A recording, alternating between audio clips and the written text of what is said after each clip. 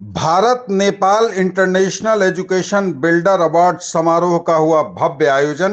पहली बार भारत और नेपाल के शिक्षक आए एक मंच पर। Bharat Nepal international education builder award समारोह का उद्घाटन करते हुए कामेश्वर सिंह दरभंगा संस्कृत विश्वविद्यालय के कुलपति प्रोफेसर लक्ष्मी निवास पांडे ने कहा कि भारतीय ज्ञान परंपरा को आगे बढ़ाने की जिम्मेदारी शिक्षकों के ऊपर भी है। हर देश अपनी भाषा से जाना जाता है। भारत ही एक ऐसा देश है जहां अनेकों भाषाएं हैं। पूरे भारत में सर्वमान्य भाषा नहीं होने से परेशानियां हो रही हैं। शिक्षकों को चाहिए कि वह भारतीय ज्ञान परंपरा को आगे बढ़ाएं। भारत की नई शिक्षा नीति बहुत अच्छी है। द वे एवं माई एडमिशन लीड के संयुक्त तत्वावधान में मिर्जापुर के एक होटल सभागार में पहली बार भारत और नेपाल के शिक्षकों के सम्मान में आयोजित कार्यक्रम में विशिष्ट अतिथि डॉक्टर सीवी रमन यूनिवर्सिटी के कुलपति प्रोफेसर मुरारी लाल गौड़ ने कहा कि बिहार के लोग काफी प्रतिभावान, मृदुशाली और संस्कारी हैं। आज पहली बार मिथिला की धरती पर आया हूं और यहां की मैथिली भाषा सुनने के बाद उसे समझने में मुझे कोई परेशानी नहीं हुई। शिक्षकों के ऊपर इस क्षेत्र की प्रतिभाओं को निखारने की अधिक जिम्मेदारी है। वहीं मिथिला विश्वविद्यालय के पूर्व कुलसचिव सह IBM बेला के निदेशक प्रोफेसर अजीत कुमार सिंह ने कहा कि दुनिया की विसंगतियां को शिक्षा के माध्यम से दूर करने की जिम्मेदारी शिक्षकों के ऊपर है। जब तक शिक्षक ईमानदारी के रास्ते पर नहीं चलेंगे तब तक न तो शिक्षा का न ही समाज और देश का विकास संभव है। वहीं नेपाल के जनकपुर से पहुंचे कार्यक्रम के ज्यूरी मेंबर प्रोफेसर सुरेंद्र लाभ कर्ण ने कहा कि शिक्षा के विस्तार के क्षेत्र में भारत और नेपाल के बीच जो यह पहल हुई है वह मील का पत्थर साबित होगा। आगे भी यह कार्यक्रम होते रहना चाहिए। इस मौके पर ज्यूरी मेंबर डॉक्टर प्रेम मोहन मिश्रा ने भी शुभकामनाएं व्यक्त की।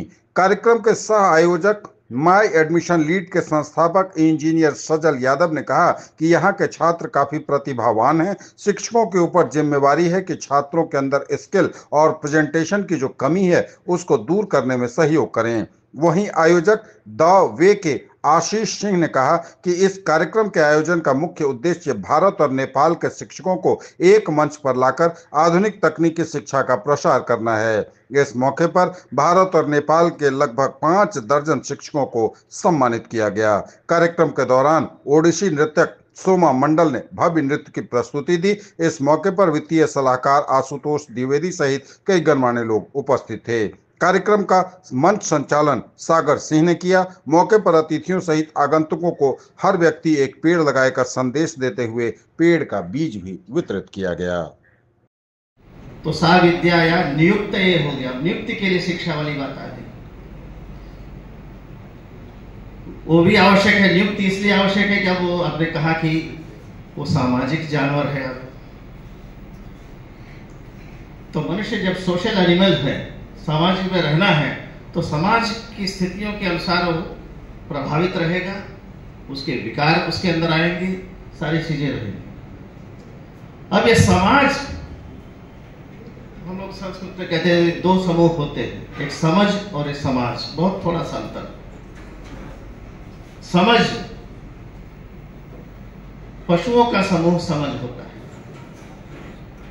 और समाज मनुष्यों का समूह। तो एक मात्रा जो है उसमें जो है अंतर कर देता है कि हम अभी भी क्या पशुओं के समूह में हैं या मनुष्यों के समूह में।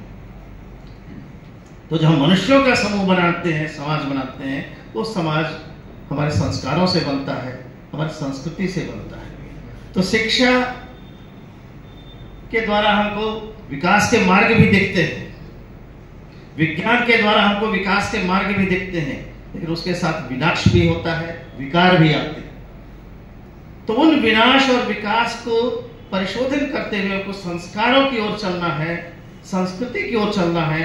तो सुसंस्कृत देश एक सुसभ्य समाज बनाता है, वो समूह होता है। नहीं तो बाकी सब समान है।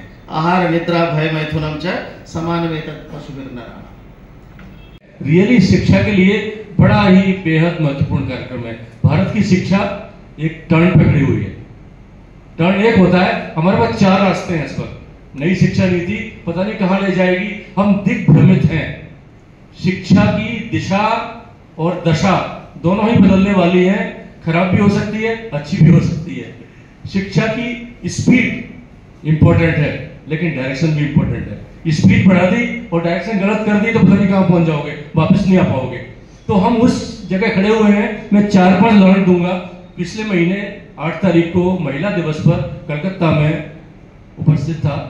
संयोग से मेरे बगल में शंकराचार्य जी बैठे हुए थे और बंगाल की जो फेमस हीरोइन है हल्दर जी वो साथ में थी। उनसे चर्चा हुई कि सर आप IIT के हैं, शिक्षा में संस्कृति, भाषा और ट्रेडिशनल नॉलेज, प्रकृति, इनका समावेश कैसे किया जाए। बहुत अच्छा बातचीत हुई। उन्होंने बताया, मैंने समझा।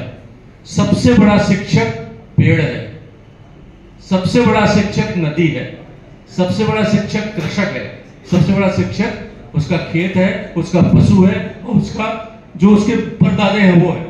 उससे बड़ा कोई शिक्षक नहीं है। हम लोग बात करते हैं IT, IoT, ड्राइवरलेस व्हीकल और ये और वो, चैट GPT, कुछ नहीं है। इससे 1000 गुना हमारे पास था। रावण के पास पुष्पक विमान था, ये किया क्लिक, श्रीलंका, 1 सेकंड में श्रीलंका। बताइए कौन सा ड्राइवरलेस व्हीकल की बात करेगा? आज से बहुत पहले था। आखिर किसी भी सूत्र का यदि प्रतिपादन हुआ है तो क्यों हुआ है?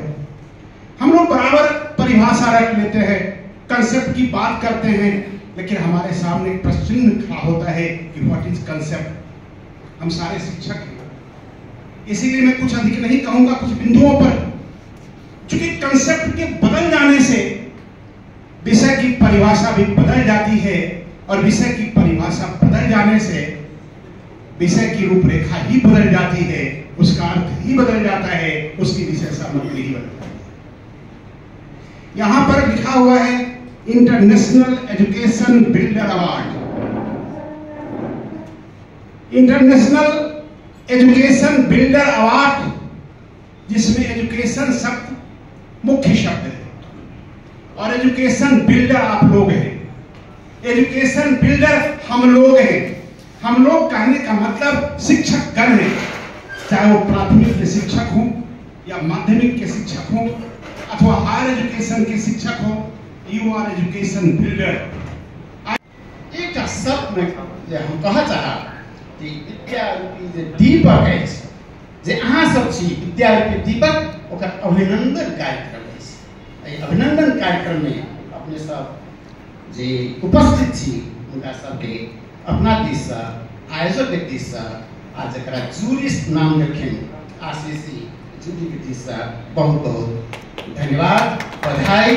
संपूर्ण अवार्डी के हृदय से धन्यवाद देना चाहे छी।